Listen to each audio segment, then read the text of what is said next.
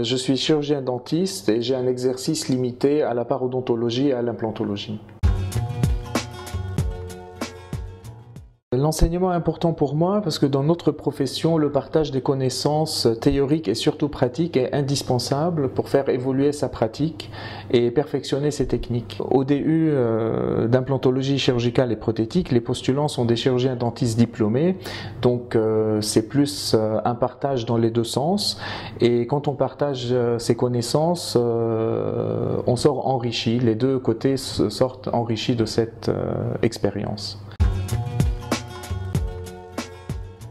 À ce jour, l'implantologie n'est pas encore considérée officiellement comme une spécialité. Alors, pour instaurer et maintenir une implantologie avec des standards internationaux, on se doit de communiquer et de publier pour promouvoir un exercice respectant les règles de bonne pratique et en se basant sur des techniques validées par la communauté internationale. Les greffes sinusiennes, en fait, en implantologie, les greffes osseuses sous-sinusiennes sont une pratique courante.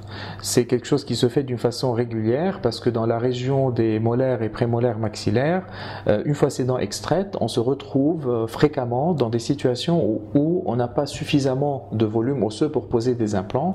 Donc, on est obligé de faire des greffes sous-sinusiennes. Même si cette technique est reproductible et présente des résultats fiables, elle reste une chirurgie avec un certain degré de technicité.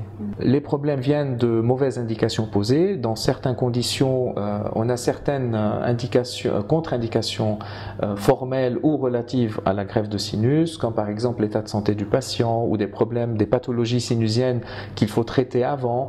Bon, selon le cas, il faut que l'indication soit bien posée. Pour éviter les greffes, c'est pas toujours possible, mais dans certains cas, on peut positionner des implants dans le volume osseux qui est présent, dans des angulations qui sont un peu différentes que ce qu'on fait classiquement, et on rattrape ces angulations par la prothèse. Et la chirurgie guidée et la simulation informatique aident énormément pour avoir une visibilité du début jusqu'à la fin du traitement. Oui, on utilise des guides chirurgicaux, des guides conventionnels, on les utilise peut-être moins souvent, mais les guides pour faire une chirurgie guidée, on les utilise surtout chez l'édenté complet et même dans des cas où les patients ne sont pas édentés complets mais vont le devenir parce que ça sécurise notre pratique, ça nous permet un gain de temps clinique au fauteuil. Donc pour le patient, quand la chirurgie dure moins longtemps, c'est toujours mieux. Et surtout avec la pose d'implant transgingival, donc à travers la gencive, on ne soulève pas de lambeaux, la chirurgie est moins invasive, nettement moins invasive, et le patient a des suites post-opératoires très réduites.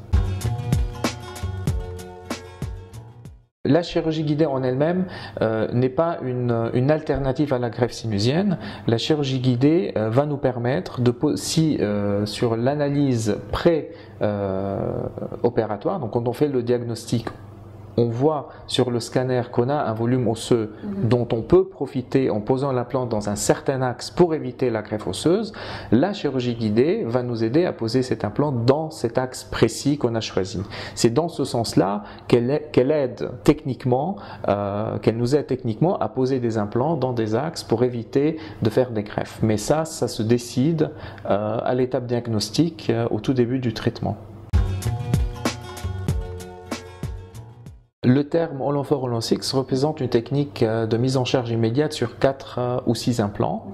Donc 4, ça peut être à la mandibule ou au maxillaire, et 6 implants notamment au maxillaire chez l'édenté complet ou le patient qui va le devenir pendant la séance. Le concept, c'est d'incliner les implants les plus distaux, de les incliner de façon à éviter les sinus et à éviter la zone postérieure de la mandibule derrière le foramen mentonnier.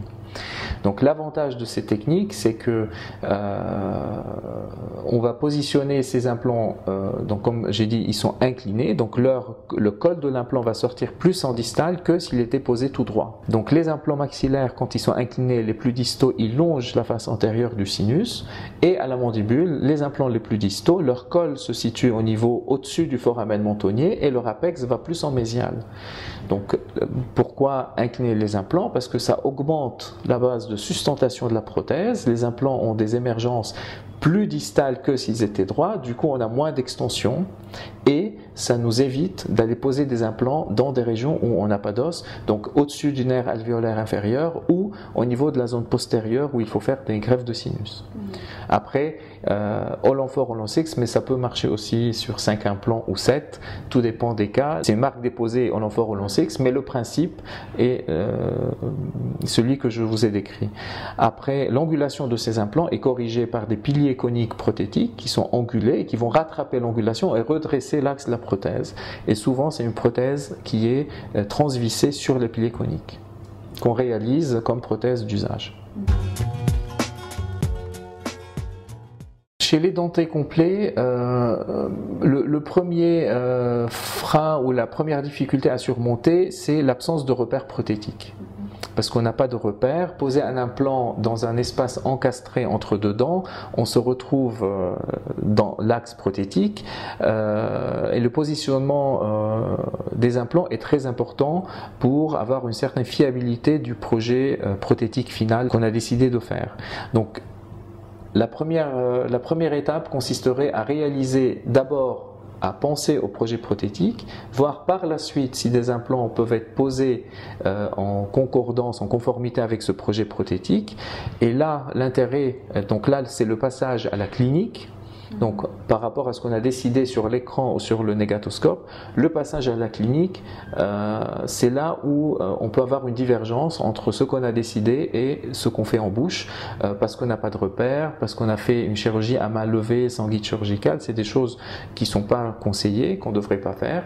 Et l'apport de la chirurgie guidée est énorme sur ce point parce qu'on a une certaine facilité visuelle, on voit la prothèse sur l'écran, on choisit tranquillement et non pas pendant l'intervention l'axe idéal des implants, et ce qui est le plus important à mon sens, que la chirurgie guidée va nous permettre de transférer cet axe théorique qui est sur l'écran d'une façon précise dans la bouche du patient, ce qui ne fait qu'augmenter la prévisibilité de l'ensemble du traitement implanto-prothétique.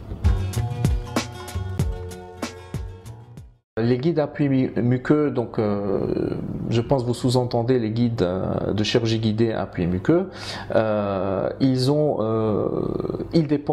issus de l'imagerie de la prothèse complète, donc ils dépendent de la qualité de la prothèse complète. Si on n'a pas une bonne prothèse complète, le guide appui muqueux, c'est une copie de la prothèse complète. Donc il faut refaire la prothèse complète. Si on est conscient de ce point et qu'on optimise toutes les étapes et qu'on ne fait pas de compromis, on ne tombe pas dans les compromis, qu'on ne brûle pas des étapes, on n'a que de très bons résultats.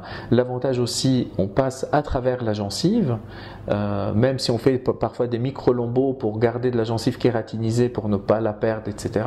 Ça reste une chirurgie très peu invasive pour le patient et je crois que ce n'est pas négligeable. Quand on a 6 à 10 implants à poser, par exemple, ce n'est pas négligeable de passer à travers la gencive par rapport aux suites post-opératoires.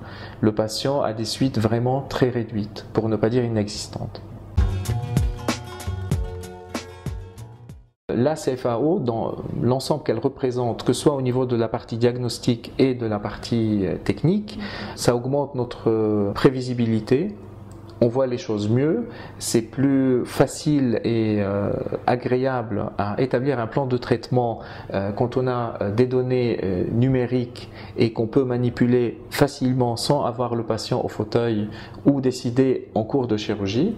La précision qui est augmentée grâce à la chirurgie guidée qui fait partie de la CFAO et aussi la facilité d'obtenir des bridges provisoires par la suite d'une façon rapide et précise. Donc ça fait qu'augmenter notre prévisibilité. Je peux dire que la CFAO ne présente aucun inconvénient, il n'y a que des avantages si elle est bien utilisée selon les indications et les limites de cette technique.